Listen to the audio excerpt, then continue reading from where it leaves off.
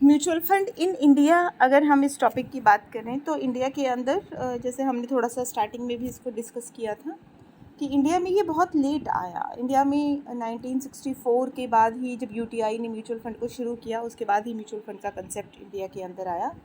उससे पहले ये इंग्लैंड में, यूएसए में, यूएसए के बाद फिर बाकी सब देशों से होता हुआ ब्रिटेन में गया और फिर ब्रिटेन से ये इंडिया के अंदर आया।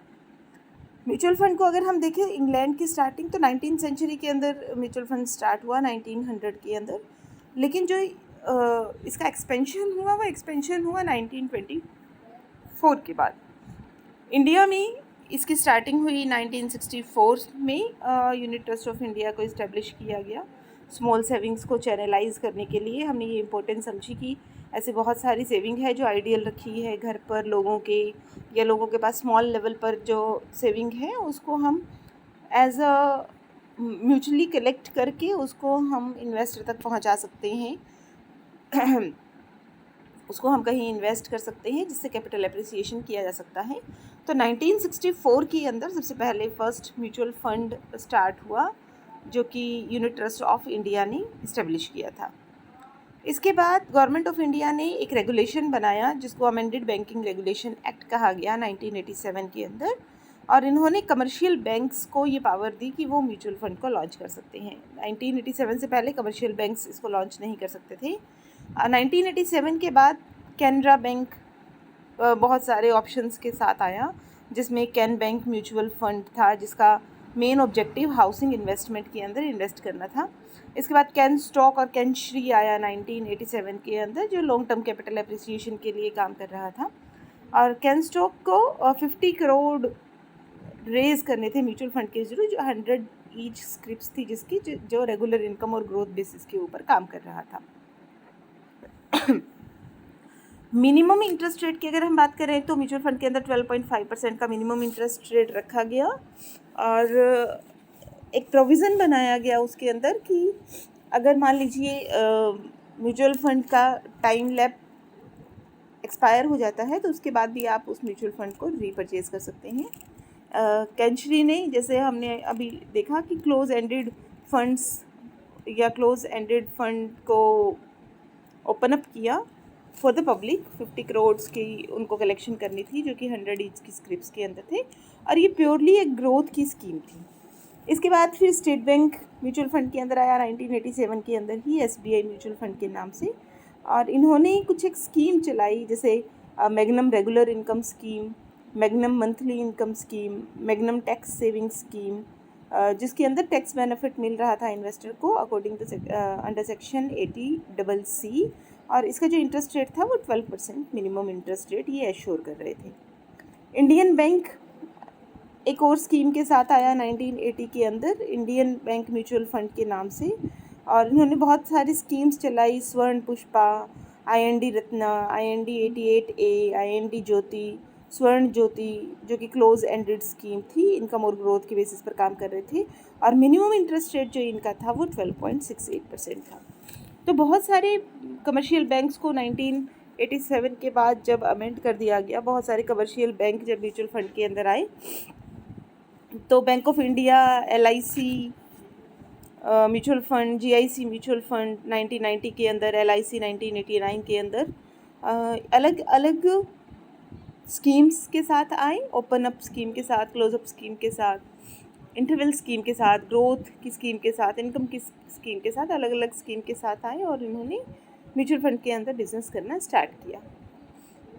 इसके बाद जो मेजर चेंज आया म्यूचुअल फंड के अंदर वो Feb 14 को 1992 में, जब प्राइवेट सेक्टर को भी म्यूचुअल फंड के अंदर काम करने के लिए परमिशन दे दिया गया। 1995 के अंदर एक प्राइवेट सेक्टर म्यूचुअल फंड को सेटअप किया गया गवर्नमेंट के द्वारा, और फिर मनी मार्केट म्यूचुअल फंड बने जिसमें मनी मार्केट के इंस्ट्रूमेंट्स को सेल और परचेज़ किया जाने लगा।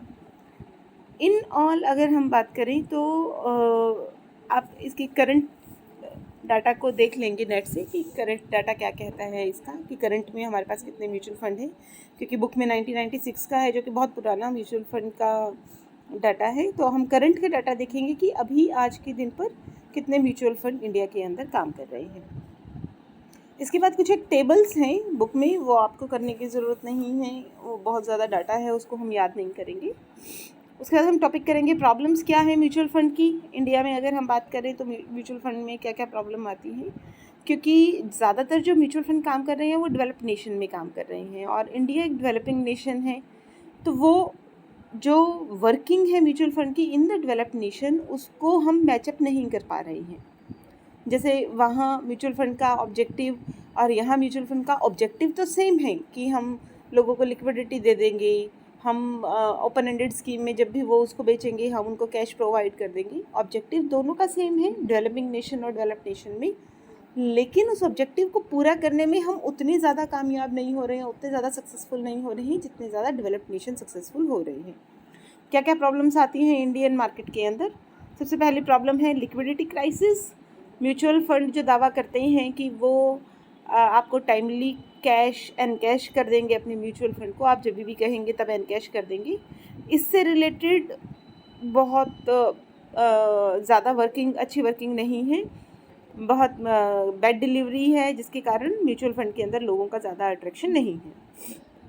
लैक ऑफ इनोवेशन है, बहुत ज़्यादा अलग अलग तरीके के इंस्ट्रूमेंट्स नहीं हैं म्यूचुअल फंड के पास, उनके पास ऐसा नए इंस्ट्रूमेंट नहीं हैं जो लोगों के रिस्क कवर को पूरा कर सके, लोगों की नीड को पूरा कर सके। बहुत ज़्यादा म्यूचुअल फंड के एरिया में जो कमर्शियल बैंक्स हैं या प्राइवेट सेक्टर बैंक्स हैं उन्होंने बहुत ज़्यादा काम नहीं किया है। काम क्यों नहीं किया है? क्योंकि इनएडिक्वेट रिसर्च है, उन्होंने रिसर्च ही नहीं किया मार्केट में कि लोगों को किस तरीके की ज़रूरत हो सकती है, लोगों से हम पैसा किस तरीके से ज़्यादा ले सकते हैं।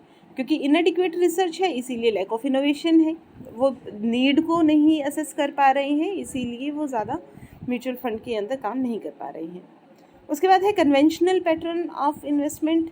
अगर हम इंडिया में देखें तो म्यूचुअल फंड अभी भी कन्वेंशनल पैटर्न पर इन्वेस्ट कर रहा है, वो सिर्फ ऐसे प्रोजेक्ट में ही इन्वेस्ट करते हैं जहाँ से उनको ठीक ठाक प्रॉफिट मिल जाए, ठीक ठाक रिटर्न मिल जाए। डाइवर्सिफाइड नहीं कर पाते हैं, रिस्क को एक ही जगह इन्वेस्ट कर देते हैं जिससे इन्वेस्टर को बहुत ज़्यादा फ़ायदा नहीं होता है और म्यूचुअल फंड के प्रति उनका रुझान ज़्यादा नहीं हो पाता है। No provision for performance guarantee. India के अंदर ऐसा कोई भी गारंटीड परफॉर्मेंस रेटिंग नहीं है कि म्यूचुअल फंड 100% तक अपनी बात को पूरा कर पाएगा या 100% तक वो रिजल्ट दे पाएंगे। इस तरीके का कोई भी प्रोविज़न इंडिया के अंदर नहीं बनाया गया है।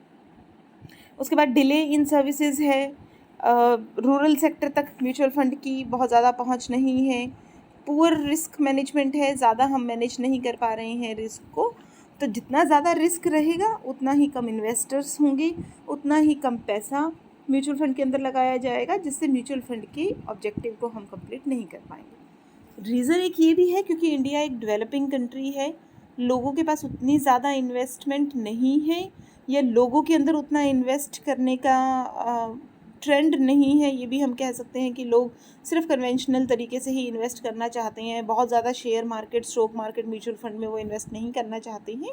तो एक ये भी रीज़न है कि डेवलपिंग नेशन के अंदर डेवलप्ड नेशन के कंपेयर में म्यूचुअल फंड उतना अच्छा काम नहीं कर पा रहा है।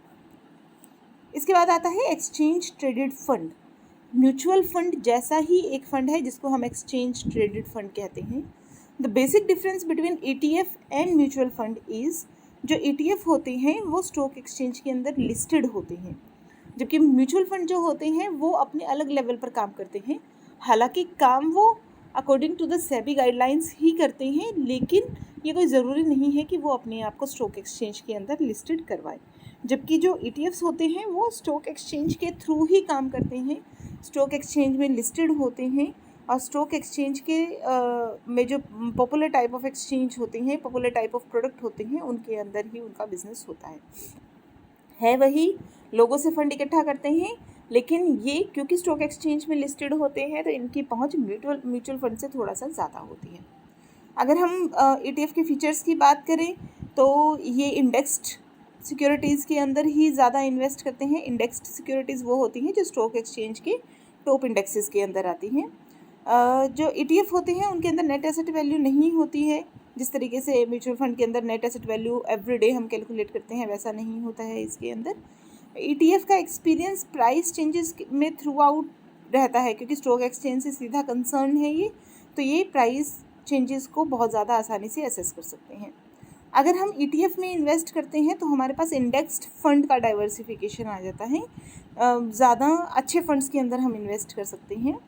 और एक्सपेंस रेशो की अगर हम बात करें तो वो म्यूचुअल फंड से ETF का जो एक्सपेंस रेशो है वो कम है।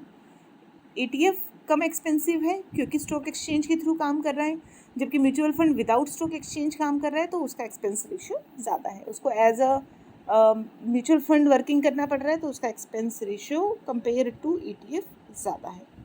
तो आप ETF तक पढ़ लेंगे, ETF के अंदर जो इसके टाइप्स हैं वो टाइप्स आप पढ़ लेंगे कि कौन कौन से टाइप हैं। इंडेक्स ETF का मतलब ये होता है कि हम इक्विटी के अंदर इन्वेस्ट करेंगे, जो भी इंडेक्स्ड इक्विटीज़ है, सिक्योरिटीज़ है, उनमें इन्वेस्ट करेंगे। बॉन्ड ETFs जो सिर्फ बॉन्ड, पॉपुलर बॉन्ड के अंदर ही इन्वेस्ट करते हैं, ऐसे ETF को बॉन्ड ETF कहा जाता है।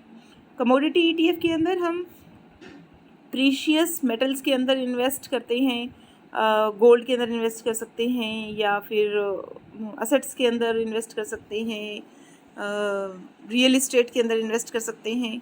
तो जब हम कमोडिटी के अंदर इन्वेस्ट करेंगे तो उसको कमोडिटी ETF कहा जा सकता है, जैसे इक्विटी ETF, गोल्ड ETF और लिक्विड ETF। लिक्विड ETF का मतलब होता है कि जब इनको लॉन्च किया जाता है तो मनी मार्केट के जितने भी इंस्ट्रूमेंट्स हैं उनके अंदर इनको लॉन्च किया जाता है।